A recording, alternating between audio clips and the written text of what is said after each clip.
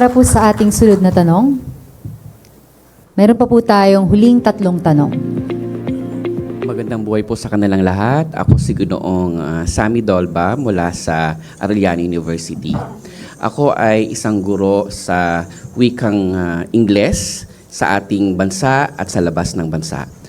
Narinig ko na ang mga kasagutan ninyo mula sa gurong nagtanong tungkol sa kapwa guro na nagtuturo ng Pilipino.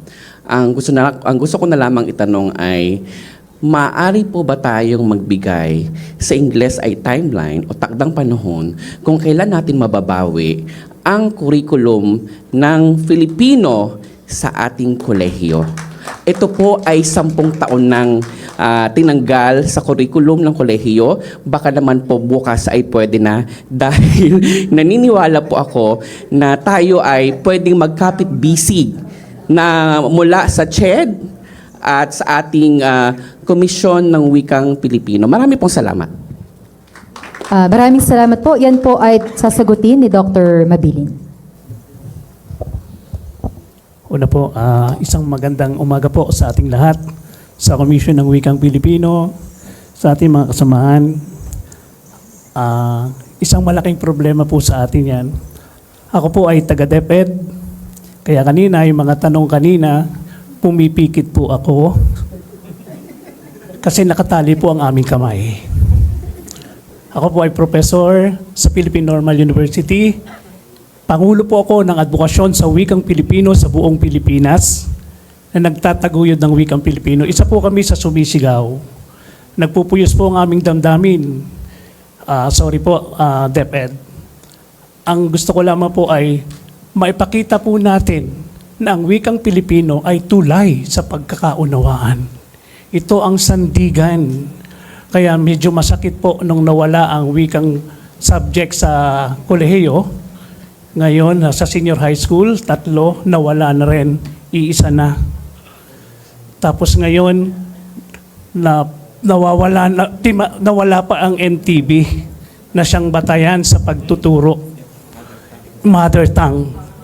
Kaya lahat mo nang sinasabi nyo kanina, ang hirap pong itawid sa pagkakaunawaan dahil wala naman pong sino mang Pilipino na nagsalita agad ng English. Dapat po ang wika talagang ginagamit ay Pilipino. Ngayon po sa tinatanong nyo, paano maibabalik ang curriculum kasi napopoliticize din po tayo.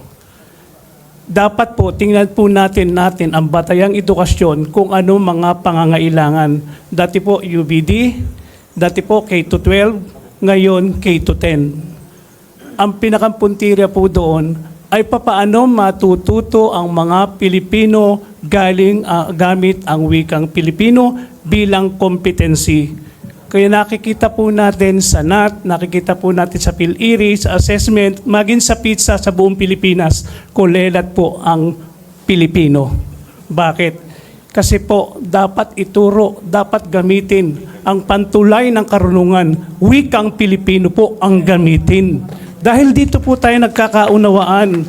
Kaya sumisigaw po kami, wala kami magagawa bilang supervisor pagtaguyod ng wika sa DepEd. Magtulungan po tayo, gamitin ang wikang Pilipino at tulungan niyo po kami, patunayan po natin na ang wika ay tulay at gamit po sa pagkakaintindihan. Ibabalik ko po sa inyong tanong. Ibabalik ko po sa inyo. Hindi po namin makakayanan kung hindi po tayo magtutulong-tulong. Ipakita po natin na wikang Pilipino ay tulay sa pagkakaintindihan.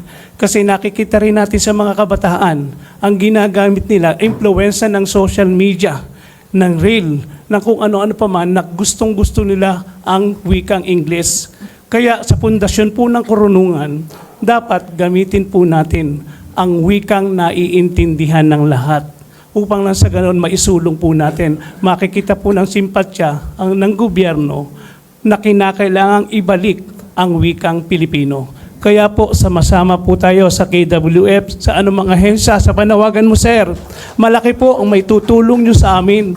Tayo po ay mga Pilipino, magtutulungan po tayo dahil ang wikang Pilipino ay tulay sa pagkakaintindihan. Kung maibabalik po natin ang wika, ang subject sa kolehiyo, mas uunlad po tayo. Sabi nga ni Quezon, walang bansa ang umunlad na hindi gumamit ng sariling wika. Magtulungan po tayo upang maibalik po natin ang dangal ng wikang Pilipino. Salamat po. Maraming salamat po. Ating huling dalawang tanong.